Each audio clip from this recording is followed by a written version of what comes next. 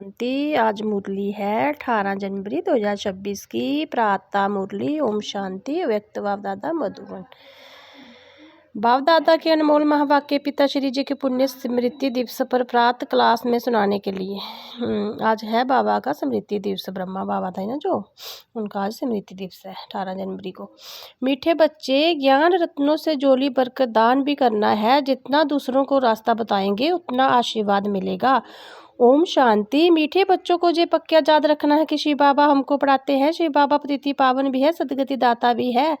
सदगति माना स्वर्ग की जाई देते हैं। बाबा कितना मीठा है, कितना प्यार से बच्चों को बैठ पढ़ाते हैं। बाप दादा द्वारा हमको पढ़ाते हैं। बाबा कितना मीठा है, कितना प्यार करते हैं, कोई तकलीफ नहीं देते, सिर्फ कहते मुझे याद करो, चक्कर को याद करो। बाबा की याद में दिल एकदम ठर जानी चाहिए, शीतल हो जानी चाहिए।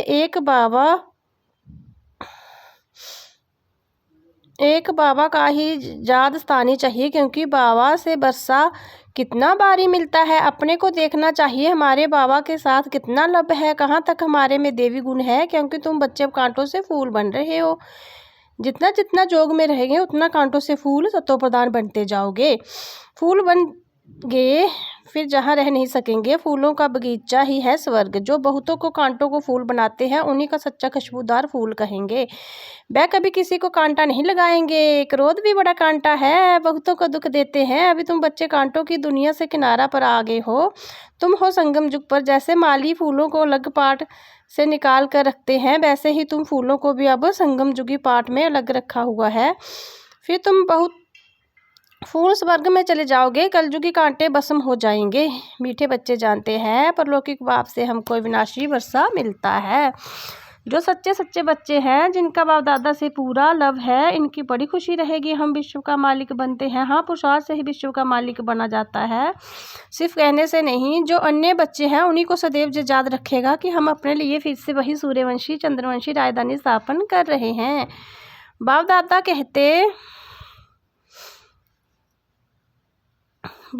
कहते फिर से वही। बाबा कहते हैं मीठे बच्चे, जितना तुम बहुतों को कल्याण करते रहोगे उतना ही तुमको क्या है? बाबा दादा कहते जितना तुम औरों का कल्याण करते रहोगे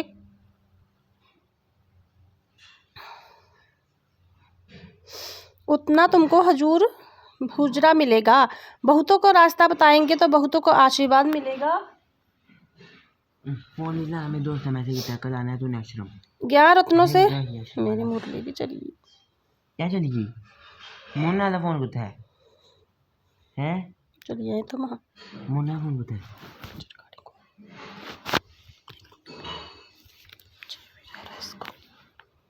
है। मुरली इंग्लिश। मीठे बच्चे जानते हैं परलौकिक बाबा से हमारी अविनाशी वर्षा मिलता है। जो सच्चे बच्चों का, जिनको बाप दादा से पूरा सच्चा लव है, उनकी बड़ी खुशी रहेगी। हम विश्व का मालिक बनते हैं, सिर्फ कहने से नहीं। जो अन्य बच्चे हैं उन्हीं को सदैव जिस याद रहेगा कि हम अपने लिए फिर से वही सूर्यवंशी चंद्रवंशी राजधानी स्थापन कर रहे हैं। बाबा कहते हैं मीठे बच्चे, जितना तुम वाईफाई आने था,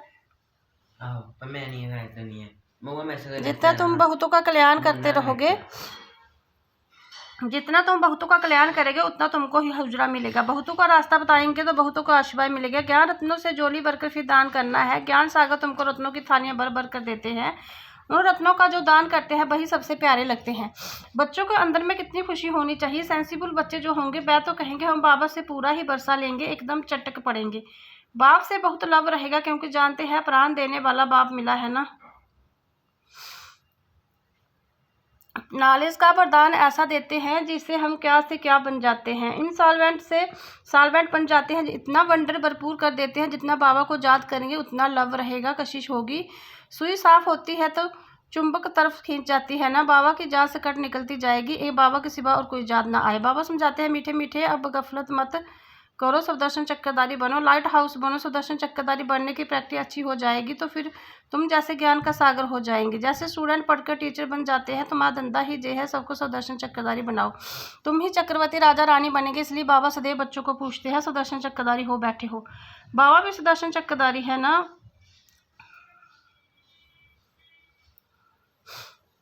बाबा आए हैं, तुम बच्चे मीठू को वापस ले जाने। तुम बच्चे बिगड़ हमको भी जैसे बेरामी होती है, जब समय होता है तो बेरामी हो जाती है। अभी बस अभी हम जाऊं। बच्चे बहुत पुकारते हैं, बहुत दुखी है, तरस पड़ता है। तुम बच्चों को चलना है घर, फिर वहां से तुम आप ही चले जाएंगे सुखधाम। वहां मैं तुम्हारा साथी नहीं बनूंगा। अपनी अवस्था अनुसार तुम्हारी अचल सचली आत्मा चली जाएगी। जितना तुम बच्चे बाबा की याद में रहेंगे उतना दूसरों को समझाने का असर होगा। तुम्हारा बोलना जास्ती नहीं होना चाहिए। आत्मा अभिमानी हो, थोड़ा भी समझेंगे तो तीर लगेगा। बाबा कहते बच्चे बीती सो बीती, अब पहले अपने को सुधारो। खुद याद करेंगे नहीं, दूसरों को कहते रहेंगे। जे ठगी चल ना सके, अंदर दिल जरूर खाती रहेगी। बाबा के साथ पूरा लव नहीं है तो श्रीमत पर चलते नहीं। बेहद के बाप जैसी शिक्षा तो और कोई दे ना सके। बाबा कहते हैं मीठे बच्चे, इस पुरानी दुनिया को भूल जाओ।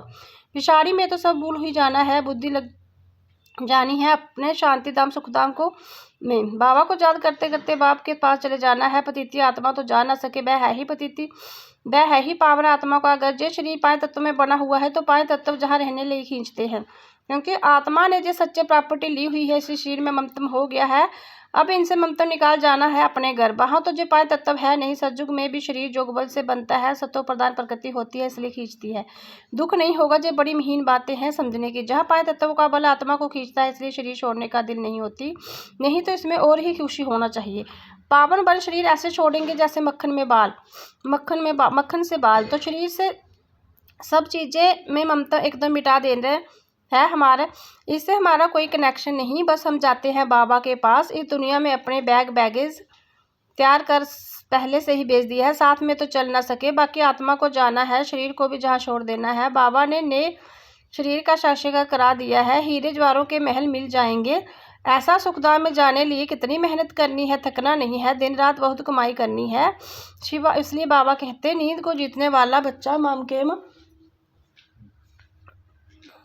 याद करो और विचार सागर मंथन करो। ड्रामा के राज को बुद्धि में रखने से बुद्धि एकदम शीतल हो जाती है। जहाँ महाराती बच्चे होंगे वह कभी हिलेंगे नहीं। शिव बाबा को याद करेंगे तो वह संभाल भी करेंगे।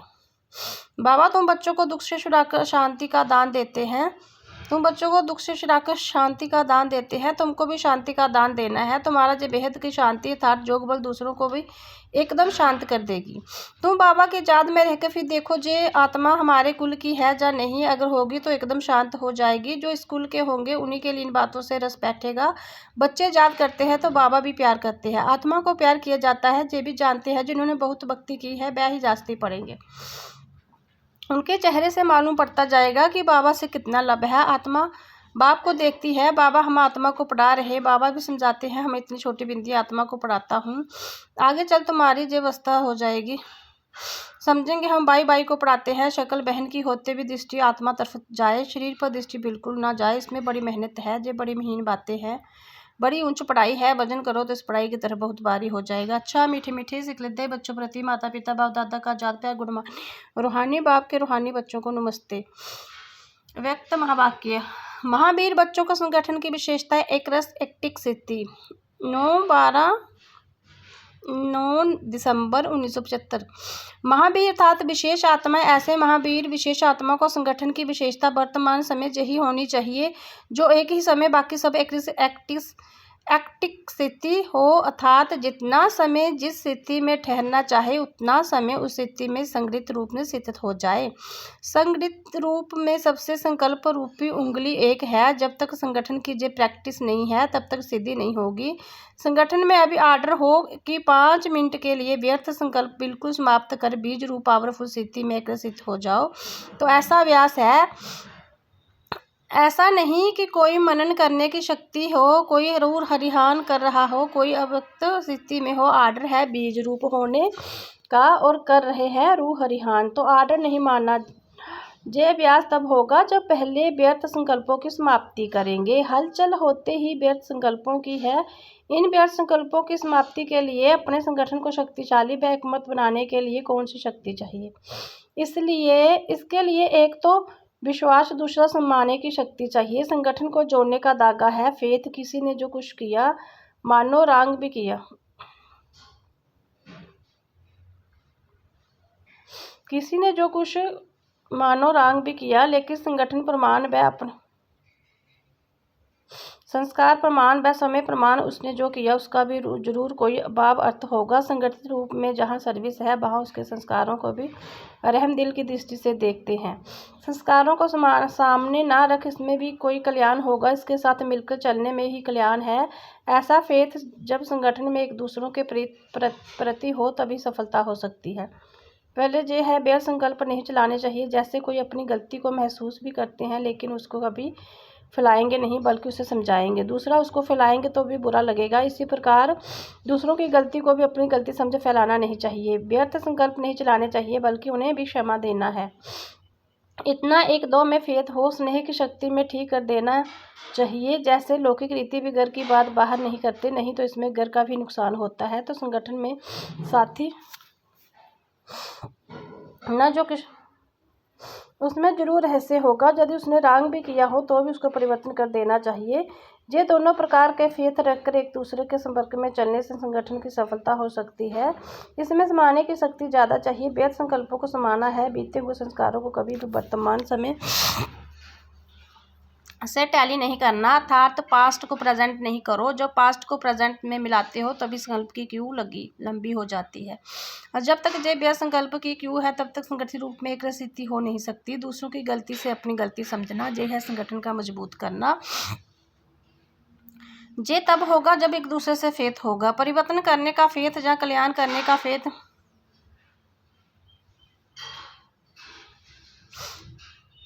इसमें समाने की शक्ति जरूर चाहिए। देखा और सुना उसे बिल्कुल समाकर वही आत्मिक दृष्टि और कल्याण की भावना रहे। जे अज्ञानियों के लिए कहते हैं, उपकारियों पर उपकार करते हैं।